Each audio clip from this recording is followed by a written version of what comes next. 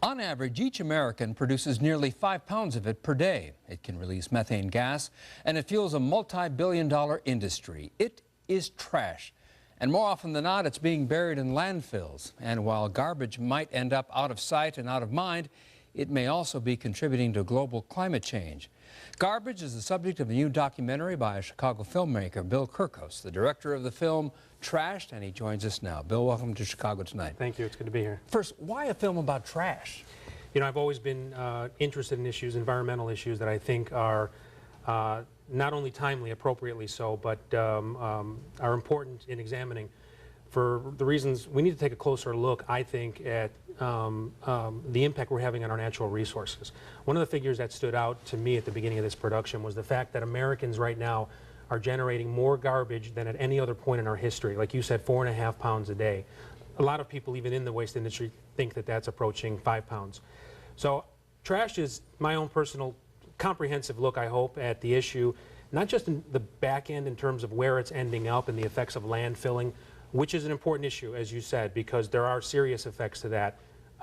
It's splattered all over the EPA's website these days that these landfills have become the largest human-related source of methane in the United States. That in itself is important enough, but I spent just as much time in this film looking at the front end. What are the mechanisms in place that are causing that much waste, and what are we doing to our natural resources in order to keep a stream going that has Americans throwing out that much garbage every day? In the long term, what are we going to be looking at because of all of that? That's what I set off to take a look at. Well, let's show the audience a clip, and in this one, an executive at Waste Management and a carpet manufacturer talk about what they say is the unsustainable rate at which America is using its natural resources. We in this country, we're spoiled. We're spoiled rotten. We're 5% of the world's population. We use 25% or more of the world's natural resources. We, with the improvements in medicine and with the population continuing to move upward, we are going to use our natural resources at a rate that is not sustainable. We're consuming the earth, and we're destroying the biosphere. I mean, that's suicidal. Bill, do you think people have an awareness of the ramifications of all the garbage that is generated? That's a good question. I don't think they do. I don't think most Americans do in terms of at the level we're generating it, how much is being put out there and buried or attempted to be recycled. But I don't really think they realize what the strain potentially is going to be on these natural resources in the coming couple of decades. And those two interviews you just had, I'm pretty, I think, sum up a lot of the feelings that people are beginning to have and a better awareness toward preserving those natural resources. I didn't think setting out on this that I was going to have much participation by the waste industry. For you know, just reason to a point. They've taken their hits, not just in this film, but with the issue of trash in general. There are a lot of heated situations in the country when it comes to residents who are affected by landfilling. To their credit, Waste Management was one of the companies that wanted to come out and openly discuss this. And I think that gentleman, Lee Edelman, had a lot of interesting things to say, so I was glad to get him in there. One of the things he says in the, there's an interesting quote of his regarding what he says is the way most people feel about, you know, what happens to trash, and paraphrase that. Absolutely. I thought it was fascinating. He really opened up, and I think it's a credit to his desire to continue to see increased recycling rates. He said at one point in the film that in terms of what Americans think about garbage or what kind of importance they put on it, Americans put their garbage out on the trash at night, and they want it to go to, they expect it to go to the magical kingdom of away. They don't know where away is, they just want it to get there. And part of that mentality is, again, this out of sight, out of mind mentality. It's taken care of. I think that's kept it off the table a little bit, and it hasn't really been addressed in those terms. What's going on long term here? And I found that interesting when he said that. So it was one of the more interesting interviews, and that quote as well. The other gentleman too in there, Ray Anderson, again, like, I tried to offer up some solutions. I'm an optimist. I know the first half of this documentary might, one person said it kind of depressed them.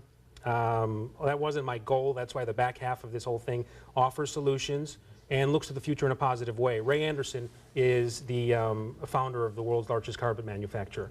And Quite frankly, he's made his millions. He's put his imprint on society. He's dedicated, I think for the most part, a huge portion of his life and his company's future to sustainability. And that's what this is all about.